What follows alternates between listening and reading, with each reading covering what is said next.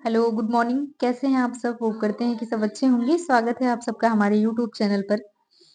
जैसा कि आप सबको पता है कि कल मुख्य सेविका का रिजल्ट आया है, डीबी कट ऑफ का।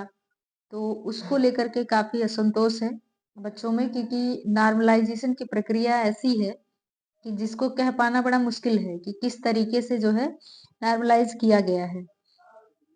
और आप लोगों ने देखा होगा कि कैटेगरी वाइज़ जो कट ऑफ है वो समान चली गई है, इसलिए भी थोड़ी-सी समस्या है। और जिनके कई ऐसे लोग हैं जिनके ज़्यादा नंबर हैं, उनका भी चयन नहीं हो पाया है। कट ऑफ तो लगभग 52 गई है, वो सबको पता है, दिख भी रहा है। लेकिन दिक्कत ये है कि जिनका 58 है, 59 है, कई बहनें ऐसी हैं जिन्होंने मैसेज करके कहा कि हमारा 58 दशमलव कुछ है, 59 दशमलव कुछ है। कई बहनों के ऐसे हैं जिनका नहीं हो पाया है सिलेक्शन। ये भी एक तरीके का अति ही है। किस तरीके से नॉर्मलाइज़ किया जाता है, ये कुछ समझ में नहीं आता है। ना ही कुछ साफ स्कोर दिखाए जाते हैं कि जैसे रिजल्ट देते हैं तो उसपे स्कोर भी हम लोगों का नहीं लिखा होता, इसलिए सस्पेंस बना होता है। जिनका चयन हो भी गया है, वो लोग भी सस्पेंस में हैं कि पता नहीं होगा कि नहीं होगा। तमाम तरीके की इसमें नॉर्मलाइज़ेशन की प्रक्रिया ही ऐसी है कि इसमें कन्फ्यूज़िंग बना ही रहेगा। अब फाइनल रिजल्ट आने तक हम लोग अपना स्कोर या हम लोगों का नंबर कैसा है, कितना स्कोर बन के आ रहा है, कैसे स्कोर बनाया गया है, ये भी हम लोगों को पता नहीं चल पा रहा है। और ये आगे तक ऐसे ही रहेगा फाइनल तक। और डीबी में आप लोगों ने देखा होगा कि लगभग 8,337 बच्चे शॉर्टलिस्ट किए गए हैं। उसमें भी अभी बहुत कन्फ्यूजन है लोगों के मन में कि पता नहीं मेरा हो पाएगा कि नहीं हो पाएगा। चयन ना होने वालों का तो दिक्कत है ही है कि भाई उनके साथ समस्या है, उन्होंने इतने दिन से मेहनत करी, उम्मीद लगा के बैठे थे, अब एकाएक से नहीं हुआ। और जिनका चयन हो गया उनके लिए भी कहीं न कहीं ये कन्फ्यूजन मन में बना हुआ है कि चयन होगा कि नहीं होगा। तो आइए देख लेते हैं, बात करते हैं अभी कट ऑफ को लेकर के कि समान जो अभी चला गया है कैटेगरी वाइज़, उसकी प्रक्रिया आगे कैसी हो सकती है। तो आप यहाँ पे देख पा रहे होंगे ये अनारक्षित की सीटें हैं और सेम ऐसे ही जो है अनुसूचित जाति वाली है। और ईडब्ल्यूएस और ओबीसी का अगर देखें तो चारों कट ऑफ जो है एकदम समान है।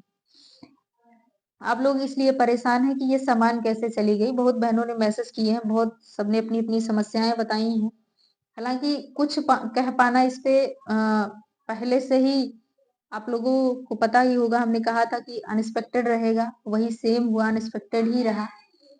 और उसके बाद अगर आप लोग देखें कि परेशान इसलिए आप लोग हैं कि कैसे सामान चला गया। तो आप लोगों को पता होगा कि इसके पहले जितनी भी परीक्षाएँ यूपी ट्रिपल एससी आयोग ने कराई है, जिसमें नॉर्मलाइज़ेशन की प्रक्रिया अपनाई गई है। आपके नोटिफ़िकेशन में भी लिखा हुआ है नॉर्मलाइज़ेशन के बारे में। और इसके जो यूपी ट्रिपल एससी आयोग जिन्होंने अभी तक पूरा नॉर्मलाइज़ेशन की प्रक्रिया अपनाई है अलग-अलग वैकेंसियों में, उसमें भी आप देखें तो उसमें भी ऐसे ही कई वैकेंसी ऐसी रही है जिसमें नॉर्मलाइज़ेशन सेम गया है। बस इसमें दिक्कत ये है कि उसमें इन 3 कैटेगरियों का जनरल का हो गया और ओबीसी ईडब्ल्यूएस का हो गया, यही 3 कैटेगरी जो है सेम जाती थी। ये डीवी वाली कट ऑफ जो है। और बाकी इस बार ये जो एससी वाली सीटें हैं अनुसूचित जाति वाली, इनमें नॉर्मलाइज़ कर दिया है कि बराबर लाके कर दिया है। ये इसमें नया हुआ है।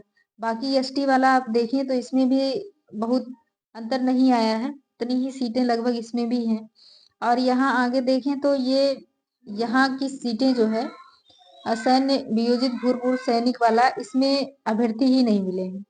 इसमें आप लोग देखे होंगे कि 134 सीटें थी और घटा करके इन्होंने 128 सीटें करी थी।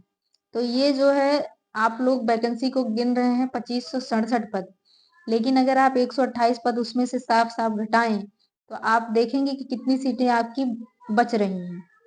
हमें लगता है 24 से कुछ सीटें बचेंगी। जैसा भी मतलब इसमें देखने को मिल रहा है, 128 सीटें अगर घटा दी जाएँ तो 24 सौ कुछ सीटें बचेंगी। फिलहाल इसमें आप देख पा रहे होंगे कि यहाँ पे उत्कृष्ट खिलाड़ियों का इसमें भी देख लीजिए कट ऑफ कितनी गई है और इसका देख लीजिए पांचों कैटेगरी का। जो मैंने बताया था आप लोगों को पता ही होगा, बताना क्या था, नोटिफिकेशन में साफ साफ लिखा है कि 5 कैटेगरियां इसमें ली जाएंगी। तो कुछ लोगों का ये मानना था कि जैसे हम कैटेगरी वाइज़ तो नहीं आए, लेकिन कैटेगरी से ज़्यादा नंबर हमारे थे, तो हम जनरल में क्यों नहीं आए? तो ये असमंजस की स्थिति बनी हुई है। कुछ लोग ये कह रहे हैं कि जैसे जिनको तो पता है कि भाई कैटेगरी वाइज़ लिया जाएगा उसमें पीएस कैंडिडेटों को, और कुछ लोग ऐसे भी हैं कि जिनका जनरल से ज़्यादा, जैसे मान लीजिए जितनी कट ऑफ गई उससे ज़्यादा नंबर थे, उसको उनको भी लिया जाना चाहिए था, लेकिन उनका भी नहीं हुआ है। तो और स्वतंत्रता संग्राम सेनानी वाला आप देख सकते हैं इधर, जितने भी हैं। तो ये किस तरीके से किया गया है, कुछ बता पाना थोड़ा-सा मुश्किल है। आप लोग सुबह से ही बहुत सारे मैसेज लोगों ने किए हैं कि किस तरीके से किया गया कि हमारा इतना था, नहीं हुआ। और कुछ जैसे आप लोग घटा करके देखें, या जैसे मान लीजिए अभी फर्स्ट शिफ्ट वालों का घटा करके देखें नंबर, और सेकंड शिफ्ट वालों का बढ़ा करके देखें। तो मुश्किल से 4-5 के अबव या 3 से 5 के बीच में ही नॉर्मलाइज़ हुआ है। लेकिन कुछ लोग ऐसे भी हैं जिन्होंने ये बता रखा है कि हालाँकि सबकी स्थिति ऐसी नहीं होगी, लेकिन एक बहन है जिन्होंने मैसेज किया था मुझे, उनका 61 पॉइंट कुछ नंबर था, और उन्होंने अपना जितना उनका 61 नंबर उन्होंने बताया एग्ज़ैक्ट, तो उन्होंने उसके बाद कन्फर्म करके बताया कि जब मैंने कहा कि कितने सही किए, कितने गलत किए, बाकी जब उन्होंने अपना निकाला, तो उनका हमें लगता है 52 दशमलव कुछ आया। हालाँकि उनके जितने सही थे, उतना ही उन्होंने जोड़ा था, उन्होंने माइनस नहीं किया था। इस तरीके से बहुत ऐसी बहनें होंगी, तो अपना घटा-बढ़ा के देख लीजिए, एक बार फिर से ओमार चेक कर लीजिए, ओमार शीटें एक बार देख लीजिएगा, फिर से मिला लीजिए आंसर की, रिवाइज़ आंसर की से। Learn with Supriya Telegram channel पे दिया हुआ है। कुछ लोगों का मानना ये था कि हम डायरेक्ट रिजल्ट ही देखेंगे, हमारा लगभग इतना नंबर होगा।